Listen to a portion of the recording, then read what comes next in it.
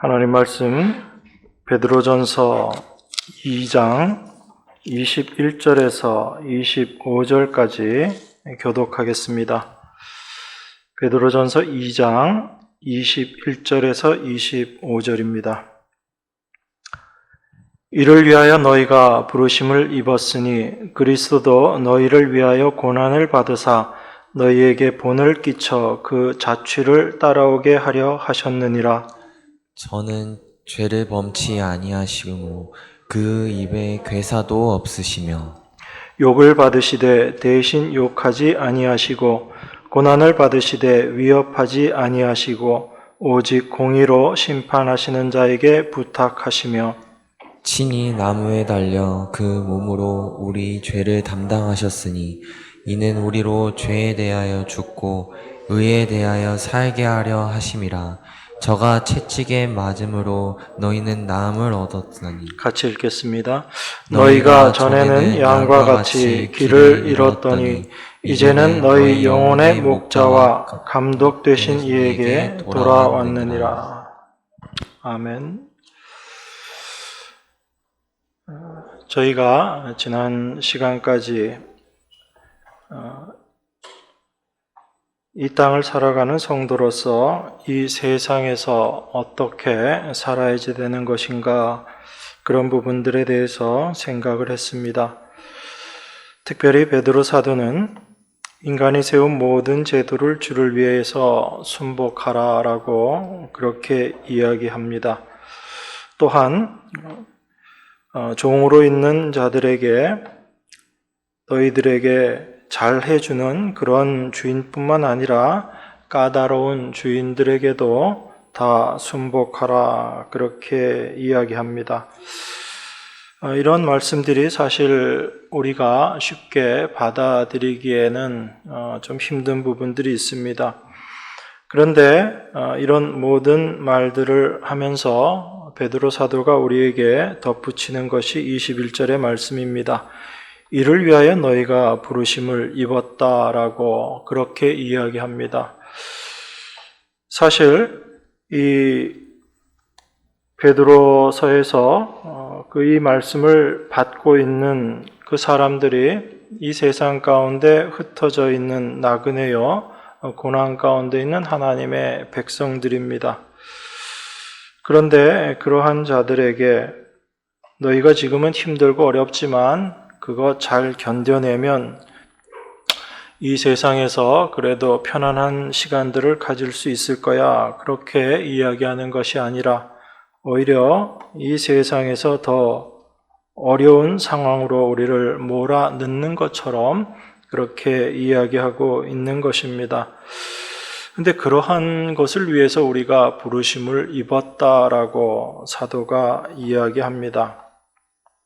이것이 우리가 생각하는 것과 잘 맞지 않는 부분이다라고 그렇게 볼 수 있습니다. 우리는 우리 스스로 생각하고 있는 하나님이 있습니다. 그리고 그 하나님은 이런 하나님일 거야 라고 그렇게 우리들이 판단하고 그런 하나님을 우리가 생각하게 됩니다.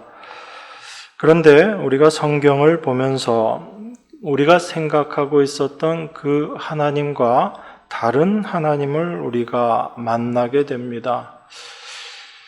만약에 여러분들이 그런 하나님을 이 말씀을 통해서 만나지 못하고 여전히 내가 생각하고 있었던 그 하나님으로 여러분들이 생각하고 신앙생활을 한다면 여러분들은 성경이 말씀하고 있는 그 하나님을 어떻게 이해하고 있는가, 그 부분들에 대해서 고민해 봐야지 됩니다. 왜 그러냐면 성경은 우리가 상식으로 생각하고 있는 그런 하나님에 대해서 이야기하고 있지 않기 때문입니다. 우리가 보고 있는 이 베드로서의 말씀을 통해서 보더라도 우리가 생각하고 있는 그런 하나님이라기보다는 도무지 우리가 원하지 않는 길로 우리를 인도하시는 그런 하나님을 만나게 되는 것입니다. 그래서 우리가 이 모든 것들을 통해서 알 수 있는 것이 무엇인가 하면 우리가 상식적으로 생각하고 알고 있었던 그 하나님이 실제 성경을 통해서 우리가 확인되어지는 그 하나님으로 말미암아 우리의 생각들이 점점 깨어지고 부서지고 무너지는 것을 경험하게 되는 것입니다. 사도는 그것을 내가 날마다 죽노라라고 그렇게 이야기합니다. 왜 그런 것인가 하면 우리는 늘 우리가 원하는 하나님, 내가 생각하는 하나님은 나를 유익하게 하는 하나님입니다. 나의 삶을 더 풍요롭게 만들어주고 내가 원하는 것을 이루어주는 하나님, 이것이 우리가 일반적으로 알고 있는 또한 우리가 원하고 있는 그런 하나님의 모습인 것입니다. 그런데 성경에서 드러나는 하나님의 모습은 그런 우리의 생각을 계속 깨트려 버리시는 거예요. 그래서 우리가 알고 있었던, 우리가 원했던 그 하나님이 하나님의 말씀 안에서 드러나는 그 하나님으로 말미암아 날마다 깨어지게 될 때 우리 자신의 모습들, 죄된 모습들이 밝히 드러나게 되는 것입니다. 내가 하나님을 섬기면서도 하나님을 믿는다고 하면서도 하나님의 뜻을 알기를 원하기보다는 나의 원함을 하나님을 통해서 이루어내려고 하고 있었던 우리의 죄된 모습을 발견하게 되는 것입니다. 그것이 우리가 성경을 통해서 하나님을 만나는 것입니다. 그 하나님을 우리가 날마다 만나게 될 때 나의 죄된 모습이 밝히 드러나는 것이고 그러한 나의 모습이 말씀으로 말미암아 죽어지는 것을 경험하게 되는 것, 그것을 바울 사도가 날마다 죽는다라고 그렇게 이야기한 것입니다. 내가 원했던 그 모습이 아닌 하나님이 나를 어떻게 끌고 가시고 인도해 가시는가, 그것을 우리가 날마다의 신앙생활을 통해서 발견하고 그 길로 나아가게 되는 것입니다. 우리 사람들은 다 자기가 원하는 세계가 있습니다. 그 자기가 원하는 세계를 꿈꾸면서 살아가는데 성경을 통해서 확인되어지는 것은 하나님은 우리가 원하는 그런 세계로 우리를 인도해 주시는 것이 아니라 하나님이 계획하시고 하나님이 뜻하신 그 세계로 우리를 인도해 가신다라는 것입니다. 그것이 오늘 읽었던 본문의 21절의 말씀이신 거죠. 이를 위하여 너희가 부르심을 입었으니 그리스도도 너희를 위하여 고난을 받으사 너희에게 본을 끼쳐 그 자취를 따라오게 하려 하셨느니라, 이렇게 말씀하고 있는 것입니다. 사환으로서, 종된 자로서 주인에게 순종해야지 되는데 까다로운 주인에게도 순종해야지 된다라고 이야기합니다. 그 자체가 고난의 삶이다라는 것이죠. 그런데 그렇게 우리가 이 세상을 살면서 성도들이 당하게 되는 것이 애매한 고난이다라는 것입니다. 세상적으로는 이해가 되어지지 않고 납득되어지지 않는 그런 고난을 받게 될 때 하나님을 생각함으로 그 슬픈 것을 참으면 이것이 아름답다라고 그렇게 이야기했습니다. 이 아름답다라는 것이 하나님의 은혜다라고 말씀드렸죠. 그 하나님의 은혜가 바로 우리를 고난 가운데로 인도하면서 하나님의 사랑을 더욱더 알아가게 되는 것입니다.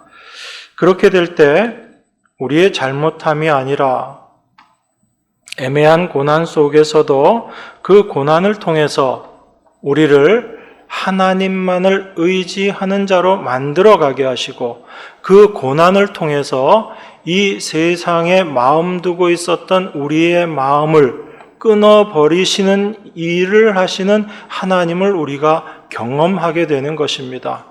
그래서 하나님께서 우리에게 이 세상의 삶을 통해서 고난을 주신 목적은 무엇인가 하면 우리의 힘으로 끊지 못하는 세상의 것들, 우리의 의지로 온전히 하나님만을 바라보고 살아가지 못하는 우리들을 오직 하나님만 바라보고 하나님만 의지하는 자로 만들어 가시기 위해서 하나님께서 고난을 허락하신 것이다 라고 그렇게 볼 수 있는 것입니다.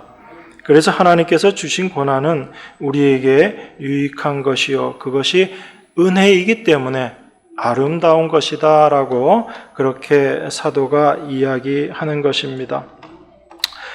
오늘 본문 말씀을 통해서 분명하게 확인할 수 있는 것은 하나님께서 우리를 부르신 이유, 그 목적이 분명히 있다라는 것입니다. 그것이 그리스도께서 보이신 그 자취를 따라가는 것, 그것을 쫓아가게 하기 위함이다라고 사도는 분명히 이야기하고 있습니다.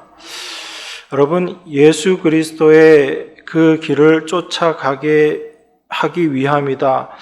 이 말이 우리가 생각하면 그래, 우리가 주님의 길을, 주님의 가신 길을 우리가 쫓아가야지, 그것이 맞는 일이지라고 생각은 하지만 우리 주님께서 이 세상에서 어떤 길을 가셨는지를 우리가 생각해보고 살펴본다면 쉽게 그 길을 가야지 되겠다라고 그렇게 동의하는 것이 쉽지 않습니다.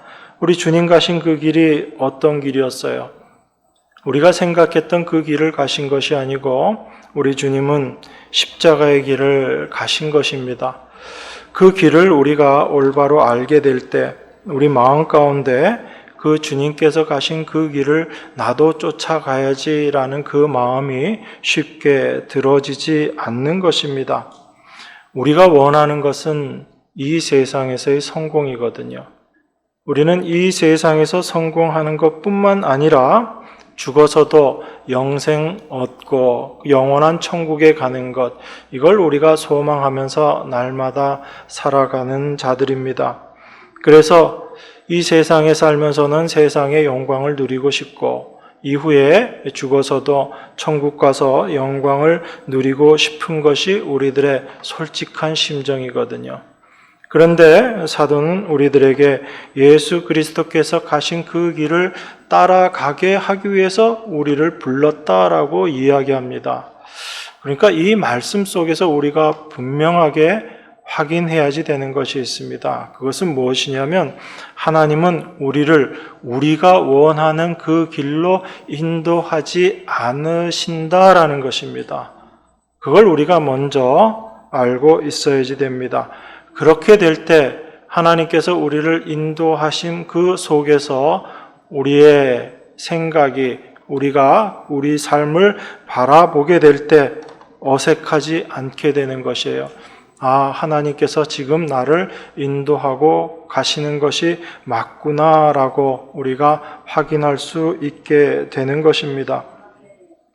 예수님께서 이 세상에서 어떤 길을 가셨는지를 22절부터 24절까지 말씀하고 있습니다. 다 같이 한 목소리로 같이 읽겠습니다. 저는 죄를 범치 아니하시고 그 입에 괴사도 없으시며 욕을 받으시되 대신 욕하지 아니하시고 고난을 받으시되 위협하지 아니하시고 오직 공의로 심판하시는 자에게 부탁하시며 친히 나무에 달려 그 몸으로 우리 죄를 담당하셨으니 이는 우리로 죄에 대하여 죽고 의에 대하여 살게 하려 하심이라. 저가 채찍에 맞음으로 너희는 나음을 얻었나니. 이것이 지금 베드로 사도가 이야기하고 있는 예수님께서 세상에서 남기신 자취라는 것입니다. 여러분들이 생각하고 있었던 어떤 길을 이야기하고 있는 것이 아니라 지금 예수님께서 가신 그 길을 사도는 이렇게 이야기하고 있는 것입니다. 욕을 받으시되 대신 욕하지 아니하시고. 여러분, 우리는 어떻죠? 어떤 삶을 살아가죠? 누가 나에게 욕하면 그거 배로 돌려주고 싶은 것이 우리들의 솔직한 심정이잖아요. 누가 나를 힘들게 하고 어렵게 하면 무슨 일이 있어도 좀 원수 갚았으면 하는 것이 우리들의 솔직한 마음입니다. 그래서 어떨 때는 밤에 잠도 못 자는 거죠. 원통해서 잠도 못 자고 끙끙 앓는 것이 우리들의 실상이다. 그렇게 볼 수 있습니다.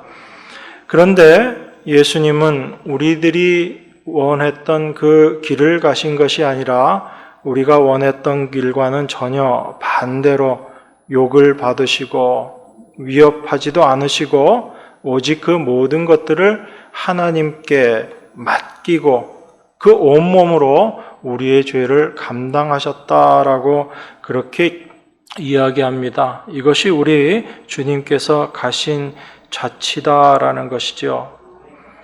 그런데 그 자취를 따라가는 자로 우리가 부르심을 받은 것입니다. 그러니까 여러분 마음이 상하셔야지 돼요. 여러분 앞으로 좋은 일, 대로가 펼쳐진 것이 아니라 우리에게는 어찌 보면 고난의 길이 우리에게 펼쳐져 있는 것이다 라고 생각할 수 있습니다. 그런데도 우리는 어떻게 예수님의 십자가를 바라보고 이해하는가 하면 예수님께서 고난받으시고 매 맞으시고 십자가에 달리신 것, 그것은 나를 구원하시기 위함이다. 그래서 나는 내가 구원받는 것이기 때문에 그것은 참 좋다라고 그렇게 생각을 합니다. 그런데 우리의 생각은 거기서 끝나버리는 거예요. 예수님의 고난으로 말미암아 내가 구원받은 것은 좋다라고 그렇게 생각하면서도 예수님께서 당하신 그 고난이 나와는 상관없기를 바라는 것, 이게 우리들의 솔직한 모습입니다. 그래서 사도의 이 말을 통해서 우리 안에 있는 솔직한 모습이 어떤 것인가, 우리의 본질이 어떤 것인가를 발견하게 되는 겁니다. 우리는 하나님의 말씀을 보면서 내가 이 말씀대로 살아야지 살 수 있을 거야 라고 그렇게 생각하지만 하나님의 말씀 앞에서 우리 자신들은 그 말씀대로 살아가지 못하는 것이 밝히 드러나게 되는 것입니다. 베드로 사도의 이 말을 통해서도 우리는 그것을 확인하게 되는 거지요. 예수님의 고난으로 말미암아 내가 죄 용서받고 구원받은 것은 좋지만 예수님께서 당하신 그 고난, 내가 당하는 것, 그건 원치 않는다라는 우리 안에 감추어져 있는 그 생각들이 이 말씀을 통해서 드러나게 되는 것입니다. 그래서 우리가 하나님의 말씀 앞에 날마다 깨어짐이 있어야지 되는 거예요. 여러분, 우리가 오해하게 되면 하나님의 말씀을 보면서 내가 이 말씀대로 살아야지, 이 말씀대로 지켜내야지라고 그렇게 생각하기 쉽습니다. 제가 여러분들에게 한 번 더 여쭤보겠습니다. 여러분, 율법을 지키는 것, 율법대로 산다라는 것이 어떤 삶이죠? 어떤 게 율법을 지키는 삶이죠? 하나님 말씀대로 우리가 산다라고 이야기할 때 어떤 것이 하나님의 말씀대로 사는 삶입니까?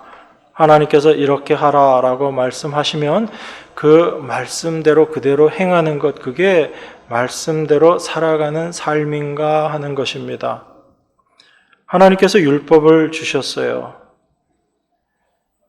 율법이 우리에게 주어진 것, 그것은 우리가 그 율법대로 그대로 실천하게 하기 위해서 하나님께서 주신 것이 아니라 우리의 범죄함, 우리의 죄된 것을 더욱 드러내기 위해서 주신 것이다 라고 그렇게 바울 사도가 이야기합니다. 그런데 그 율법이 주어졌을 때 사람들이 어떻게 반응했는지를 생각해 보세요. 그래서 율법이 어떤 모습으로 사람의 죄된 것을 드러내게 하는가라는 것을 우리가 올바로 보아야지 됩니다. 우리는 율법이 우리에게 주어졌을 때 단지 그 율법을 지키지 못하는 그래서 우리가 죄인으로 드러난다라고만 생각합니다. 그런데 실제 율법 앞에서 우리의 반응은 그것과는 좀 다를 수도 있습니다. 우리는 어떻게 받아들이는가 하면 하나님께서 우리에게 율법을 주셨기 때문에 그 율법을 지키려고 아주 노력을 하는 거예요. 그렇게 노력을 해서 내가 율법을 지키고 율법을 실천하는 모습을 스스로 발견하게 됩니다. 여러분, 하나님 말씀을 보면서 그 말씀을 지키려고 애쓰잖아요. 하나님께서 이것 해라 저것 하지 마라 라고 말씀하시면 그렇게 살기 위해서 여러분들이 애쓴다고요. 그렇게 애쓸 때 여러분 삶 가운데 그 말씀을 실천해 나가는 그런 모습들을 발견하게 됩니다. 그것이 전혀 없지는 않아요. 그런데 중요한 것은 무엇이냐면 사람들은 그렇게 자기 자신이 율법을 지키기 위해서 애쓰고 노력하는 그 실천의 모습을 보면서 그것을 자기의 의로 삼아버린다라는 거예요. 내가 하나님의 말씀을 지켰고 열심히 그것을 지키기 위해서 애쓰는 그 모습, 그것을 내 의로 가져버리는 순간에 하나님의 의가 흐려지게 되는 거예요. 내가 하나님께서 주신 그 말씀대로 내가 실천했으니까 하나님께서는 나를 보실 때 하나님의 말씀을 실천한 자로 나를 보실 것이고 그것이 바로 하나님 보시기에 내가 잘한 것이 되기 때문에 하나님께서 나에게 은혜를 주실 것이다. 이렇게 생각해 버리는 겁니다. 그러니까 우리는 하나님의 말씀을 받게 되면 그 말씀을 버리는 것이 아니라 그 말씀을 지키려고 애쓴다고요. 그런데 중요한 것은 그 애쓰는 그것을 자기의 의로 가져버리고 그러한 나에게 하나님께서 은혜를 주시는 것이 당연하지라고 그렇게 생각해 버린다라는 것입니다.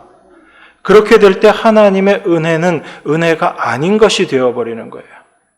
내가 수고하고 애쓰고 노력한 대가로 하나님께서 나에게 주신 것이라는 것으로 은혜가 희미해지고 은혜가 흐려지는 것입니다.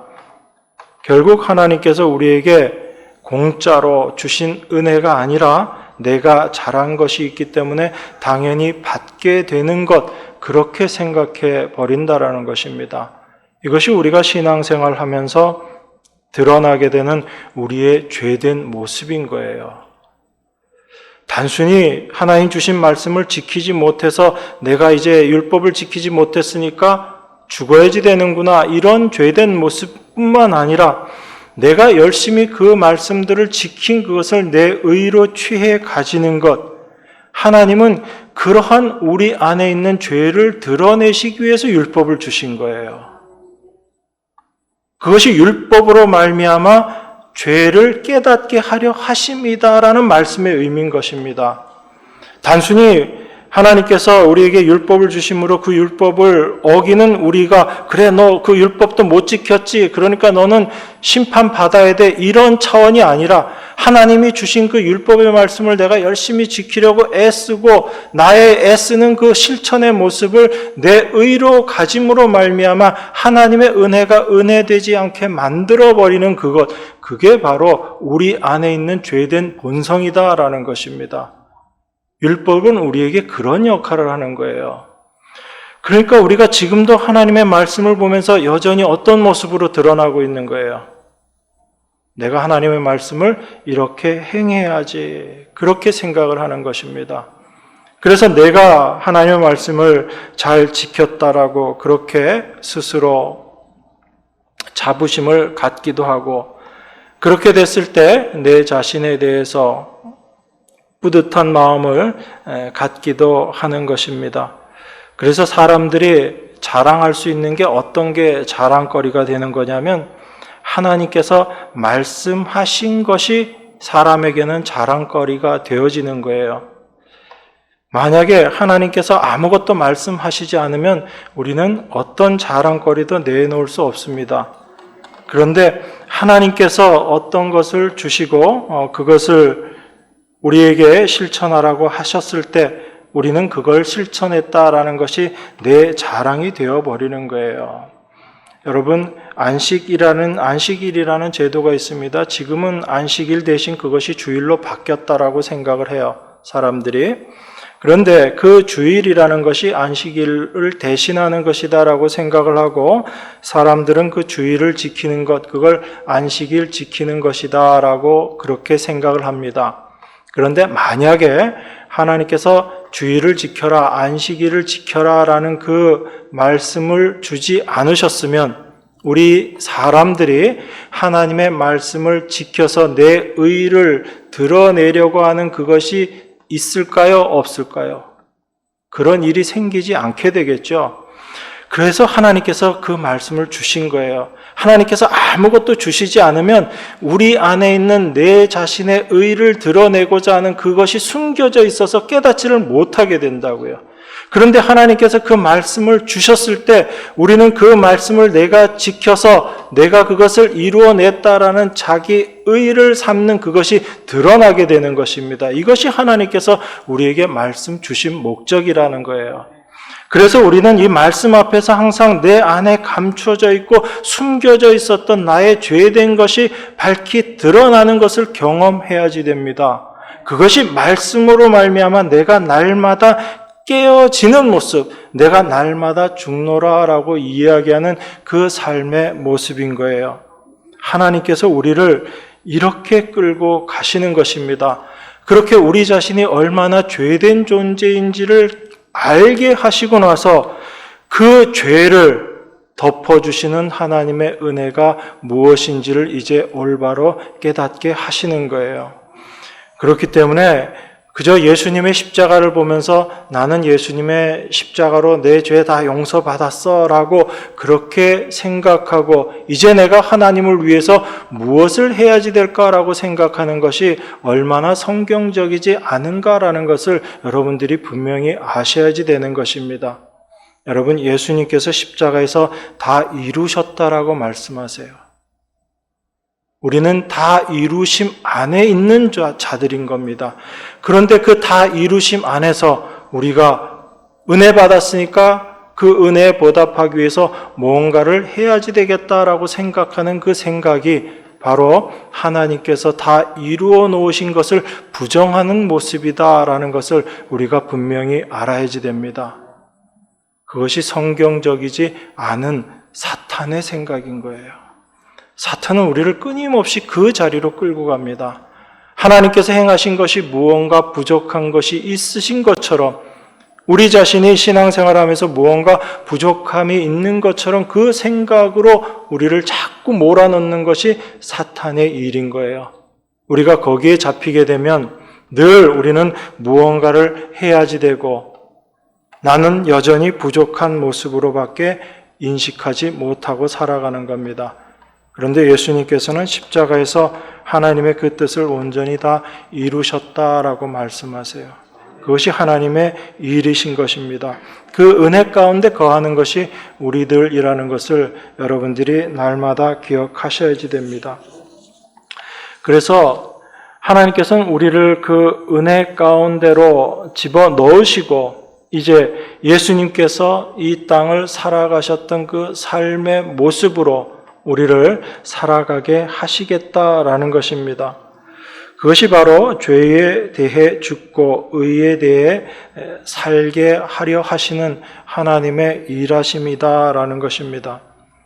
하나님께서 모든 것들을 다 이루시고 우리가 하나님으로 말미암아 예수 그리스도를 통해서 어떠한 은혜를 입은 자인가를 알게 하심으로 우리 주님께서 가신 그 길을 밝히 드러내는 그 길을 함께 가게 하셔서 우리로 하여금 예수 그리스도의 증인된 자로 살아가는 그 길을 가게 하시는 것입니다. 24절에 보면 이렇게 이야기합니다. 친히 나무에 달려 그 몸으로 우리 죄를 담당하셨으니 이는 우리로 죄에 대하여 죽고 의에 대하여 살게 하려 하심이라 그렇게 이야기합니다. 여러분, 죄에 대해 죽고 의에 대해 살았다라는 이 말씀의 의미를 우리가 분명히 이해해야지 됩니다. 이걸 오해하게 되면 나는 이제 죄에 대해서 죽었으니까 죄를 짓지 않고 의에 대해서 살았으니까 의로운 일만 행하면서 살게 되겠구나. 또한 그렇게 살아야지 된다라고 우리가 그렇게 우리의 삶을 생각하기가 쉽습니다. 그런데 죄에 대해 죽고 의에 대해서 살았다라는 것, 이것은 죄는 행하지 않고 의만 행하는 사람이 되었다라는 것을 의미하는 것이 아닙니다. 오히려 죄에 대해 기뻐하고 죄를 소망하는 자로 살아갔던 우리의 예전의 모습에서 의를 기뻐하고 소망하는 자가 되었다라는 것입니다. 이 말씀의 의미는 무엇인가 하면, 여러분, 죄라는 게 어떤 게 죄지요?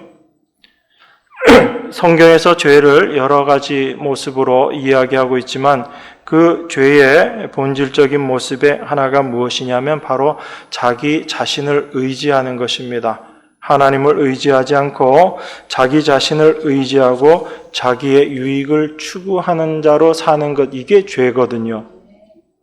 그러니까 우리는 날마다 이 죄 가운데 살아가고 있는 거예요. 우리가 우리 자신을 의지하지 않고 살던 때가 있었나요? 우리의 유익을 추구하지 않고 살고 있었던 때가 있었나요? 그런데 이 모습이 바로 아담과 하와가 선악과를 따먹을 때 드러났던 모습이잖아요. 나를 위해서 하나님과 상관없이 내 뜻대로 살기를 원했던 그 모습, 그게 바로 죄의 본질적인 모습이거든요. 이처럼 죄는 우리 자신의 행위를 의지하고 우리의 유익을 추구하면서 살아가고 있는 모습이 바로 죄의 모습이다라는 것입니다. 그런 의미에서 죄에 대해서 죽고 의에 대해서 살았다라는 이 말씀은 이제 더 이상 죄에 속한 자가 아니고 의에 속한 자가 된 것이다 라는 것입니다. 이 말씀의 의미를 우리가 조금 더 생각하기 위해서 로마서 한번 보겠습니다. 로마서 6장 2절 3절입니다. 제가 봉독하겠습니다. 그럴 수 없느니라. 죄에 대하여 죽은 우리가 어찌 그 가운데 더 살리요. 무릇 그리스도 예수와 합하여 세례를 받은 우리는 그의 죽으심과 합하여 세례받은 줄을 알지 못하느냐. 이렇게 이야기합니다. 죄에 대하여 죽은 우리가 어찌 그 가운데 더 살리요. 이렇게 이야기합니다.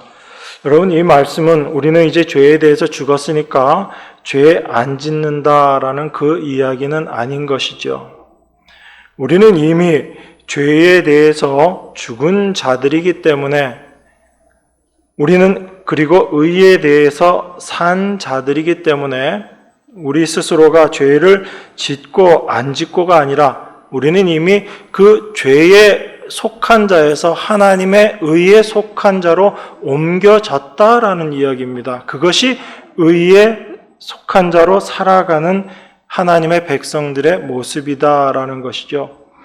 그래서 내가 죄를 짓지 않고 의로운 행위를 해서 죄에 대해 죽고 의에 대해 산다라는 것이 아니라 그 죄에 속해 있었던 나라는 존재는 이미 예수 그리스도의 십자가로 말미암아 죽은 자이고 나는 그리스도의 부활하심으로 말미암아 그리스도 안에서 산 자, 의에 속한 자가 되었다라는 것입니다. 이것이 우리의 위치의 변화인 거예요. 우리는 그 위치에서 살아가는 자들이다라는 것입니다.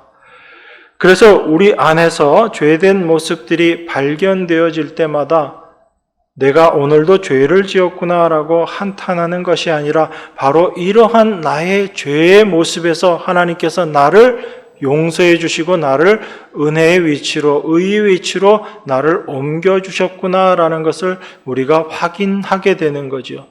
그게 의로 말미암아 사는 자들의 삶의 모습인 것입니다.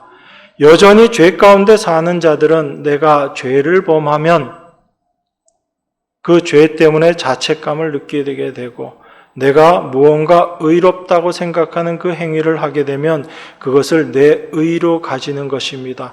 그게 여전히 자기 자신의 행위에 잡혀서 살고 있는, 죄에 잡혀 살아가고 있는, 죄에 대해서 살아있는 자로 살아가고 있는 그 모습이다라는 것이죠. 우리는 거기에서 이제 죄가 아닌 의의 모습으로 의의 삶을 살아가는 자 되었다라는 것입니다. 이걸 갈라디아서에서 이렇게 이야기합니다. 갈라디아서 6장 14절 15절입니다. 그러나 내게는 우리 주 예수 그리스도의 십자가 외에 결코 자랑할 것이 없으니 그리스도로 말미암아 세상이 나를 대하여 십자가에 못 박히고 내가 또한 세상을 대하여 그러하니라. 할례나 무할례가 아무것도 아니로되 오직 새로 지으심을 받은 자뿐이니라. 이렇게 이야기합니다. 이전에는 내가 무엇을 하고 안 하고에 따라서 늘 영향을 받고 있었는데 이제는 그리스도 안에 들어와 있게 되어 있는 나의 모습을 보게 되니까 그 그리스도 안에서 세상이 나를 십자가에 못 박아 버린 것을 확인하게 되는 것입니다. 동일하게 내 자신도 세상에 대해서 십자가에 못 박힌 자로 그렇게 살아가게 되었다라는 것입니다. 이전에는 세상과 내가 늘 연결이 되어 있어서 나의 어떠함이 세상이 나를 바라보는 시각이 되었고 세상이 나를 바라보는 것이 나의 어떠함으로 늘 판단했던 것, 그것이 이 세상에 잡혀서 살아가고 있었던 우리들의 모습이었는데 이제는 거기에서 벗어난 자로 살고 있다라는 것입니다. 그래서 이 하나님의 의를 올바로 알게 되고 그 의 가운데 살아가는 자들은 이제 내 행함이 아니고 내 마음이 어디로 향해 있는가를 확인하면서 살아가는 것입니다. 그것이 하나님의 백성으로서 이 세상을 살아가는 성도들의 모습인 거예요. 그래서 이전에는 그저 죄 속에서 살아가는 것, 이 죄라는 게 어떤 거라고 얘기했죠? 나쁜 짓 하는 것, 이게 죄가 아니에요. 다시 말씀드리지만 죄라는 것은 내 의를 추구하고 나의 유익을 추구하고 나를 의지하고 살아갔던 것, 이게 죄의 모습인 거예요. 그렇게 내 자신을 의지하고 내 자신의 유익을 추구하면서 살아가는 것이 즐거운 것, 그것이 나의 모습이었는데 이제는 그러한 내 모습이 아니라 내가 나를 의지하는 모습에서 내가 기쁨을 느끼고 즐거움을 느끼는 것이 아니라 그러한 나를 의지하는 모습에서 나에 대해서는 다 부인되어지고 오직 예수님만의 의, 예수님께서 이루어 놓으신 그 의에 대해서 감사하고 그 예수님을 의지하는 내 모습이 참으로 기쁨이 되어서 그것이 기쁨으로 다가오는 자들, 이게 바로 우리의 마음이 주님께로 향해 있는 자들이고 그것을 참된 기쁨으로 여기는 자들인 것입니다. 그런데 세상은 그렇지 않잖아요. 세상은 자기 자신을 의지하고 자기의 잘남을 드러내는 것이 기쁨으로 여기고 그것을 기쁨으로 알고 살아가는 것이 세상인데 오히려 이 세상에서 내 자신을 드러내고 나를 의지할 만한 자로 만들어가는 것이 아닌 나는 아무것도 할 수 없는 자로 그런 죄인의 모습으로 드러난다 할지라도 그 모습 속에서 우리 주님께서 행하신 그 의만 의지하고 우리 주님만 의지하는 내 모습을 발견하게 될 때 그것이 참된 기쁨이요 나에게 소망으로 다가오게 되는 것, 이것이 성도의 모습이다라는 것입니다. 그래서 예수님께서 가신 그 길도 우리가 마다하지 않고 가게 되는 거예요.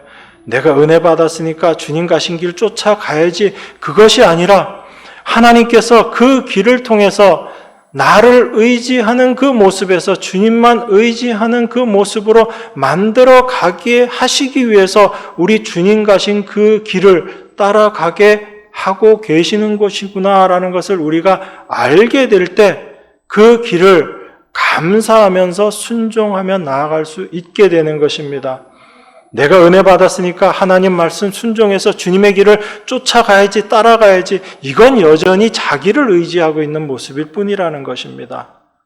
그런데 하나님께서 우리 그리스도께서 가신 그 길, 그 고난의 길로 우리를 밀어 넣으시더라도 그 고난의 길에서 내가 나를 의지하던 것들을 내려놓게 되고 우리 주님만 의지하게 되는 그 사람 만들어가게 하시는 하나님의 일하심이다라는 것을 우리가 확인하게 되기 때문에 그 말씀 앞에 우리가 순종할 수 있게 되는 것이고 거기에 순종되어지지 아니할 때 하나님, 제가 이 말씀 앞에 순종하는 자로 살아갈 수 있도록 하나님 은혜로 함께하여 주시옵소서라는 그 기도를 우리가 하며 살아갈 수 있게 되는 것입니다. 여러분, 이것이 성도들의 모습인 거예요. 이 세상을 살아가는 하나님의 백성들은 내가 원하는 그 길을 가는 것이 아니라 나를 부르신 분, 그 하나님께서 이끌고 인도하신 그 길을 가는 자들입니다. 여러분, 베드로서에서 이야기하는 그 고난 가운데 있는 성도들, 그들이 시련 가운데 있는데 그들이 원해서 그 길을 갔던 게 아니잖아요. 다 하나님께서 그들을 그 길로 인도하셨기 때문에 그 길로 끌려 들어가서 살고 있는 자들인 거예요. 그런데 여전히 내가 원하는 그 길을 가고 여전히 그 길을 잘 가고 있다면 우리는 하나님 말씀 앞에 우리가 어떻게 살아가고 있는지를 다시금 고민해 봐야지 되는 것입니다. 그래서 25절에서 이렇게 이야기하고 있는 것입니다.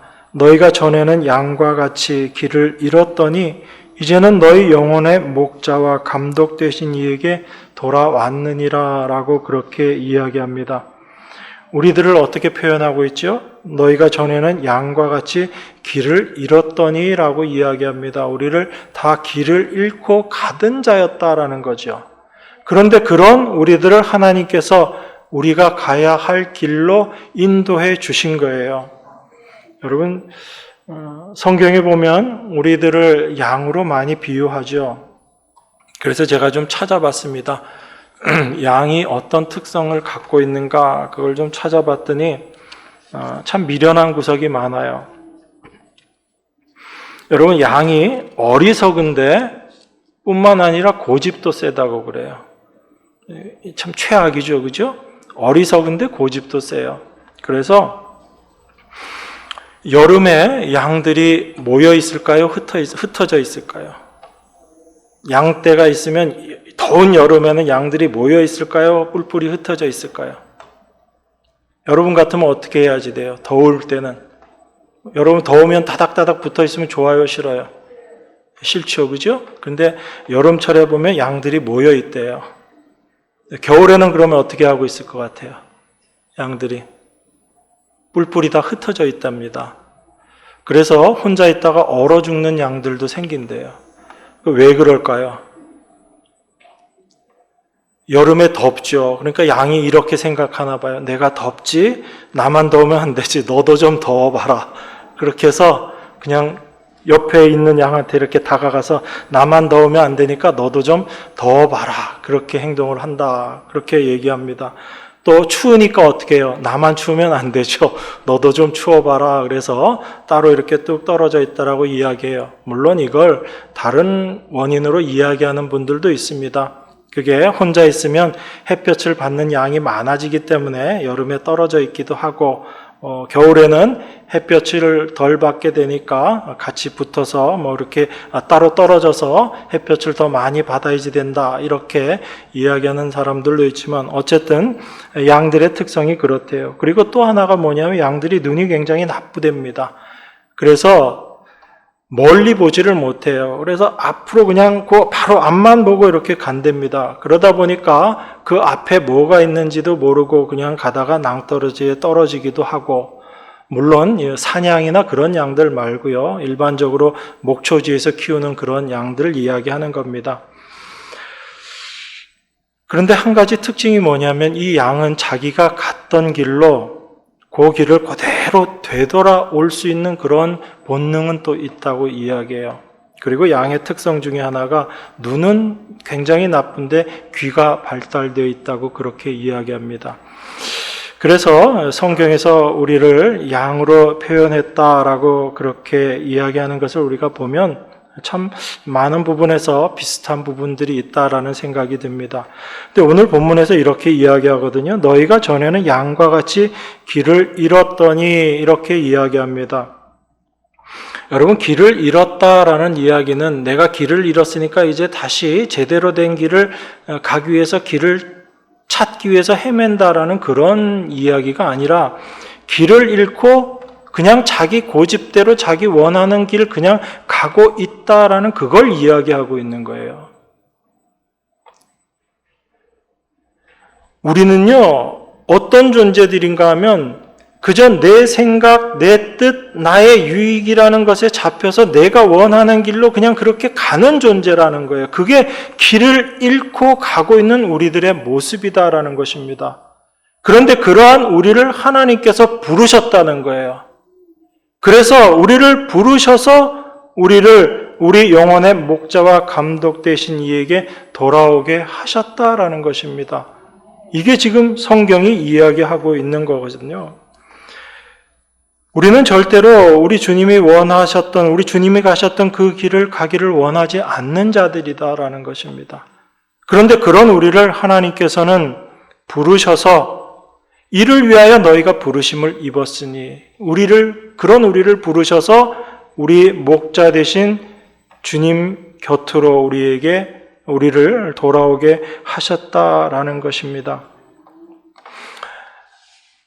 우리가 언제 주님께로 돌아오게 되냐면 주님의 음성을 듣게 될 때 우리가 주님께로 돌아오게 됩니다. 여러분, 언제 우리 주님의 목소리가 여러분들에게 들리던가요?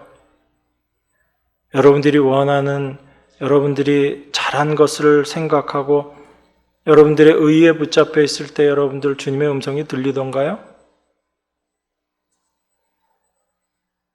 우리 자신이 내 죄를 깊이 깨닫게 될 때, 그때 참 목자 되신 우리 주님의 음성이 들립니다. 왜 그런가 하면 우리 주님은 죄인을 부르러 오셨기 때문에 그래요.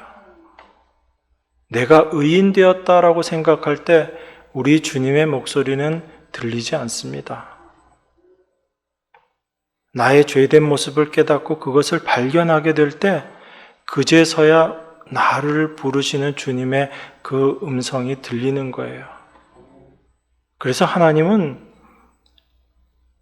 하나님의 백성의 삶 가운데서 이 말씀을 통해서, 그 생명의 말씀을 통해서 우리 자신의 죄를 자꾸 드러내시는 거예요. 그건 우리를 힘들게 하고 어렵게 하기 위한 하나님의 일하심이 아니라 하나님의 음성을 올바로 듣게 하기 위한 하나님의 일하심이다라는 것입니다. 그래서 내가 죄인된 자, 나의 죄된 것을 깨닫는 자들에게 목자의 음성이 들리는 것입니다. 그런데 그 목자의 음성이 들리지 않을 땐 여전히 사람들은 어떻게 살아가요? 자기의 옳음을 가지고 살아가게 됩니다. 자기 자신을 바라보고 살아가게 되고 자기 자신의 힘과 내 뜻을 의지하면서 살아가게 돼요. 그게 바로 너희가 전에는 양과 같이 길을 잃었더니, 이건 단순히 구원받기 전에 우리의 모습을 이야기하는 것뿐만 아니라 날마다의 삶 가운데 주님의 음성을 듣지 못할 때 우리의 모습을 여전히 이야기하고 있는 것입니다.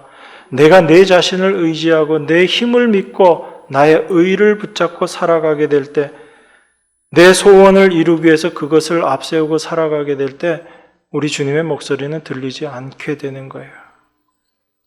그런데 그런 우리를 하나님께서 불러 세우시는 거예요. 어떤 모습으로? 우리의 죄된 것을 밝히 드러내심으로 말미암아 하나님의 음성이 들릴 수 있는 그 자로 하나님께서 우리를 만들어 가시는 거예요. 그러니까 하나님이 부르셨을 때 여러분들이 네 하고 대답하고 가는 것도 아니에요, 사실은. 우리는 하나님이 부르셨으니까 내가 거기에 응해서 하나님께로 돌아왔다라고 생각할 수 있지만 그것도 아닌 겁니다.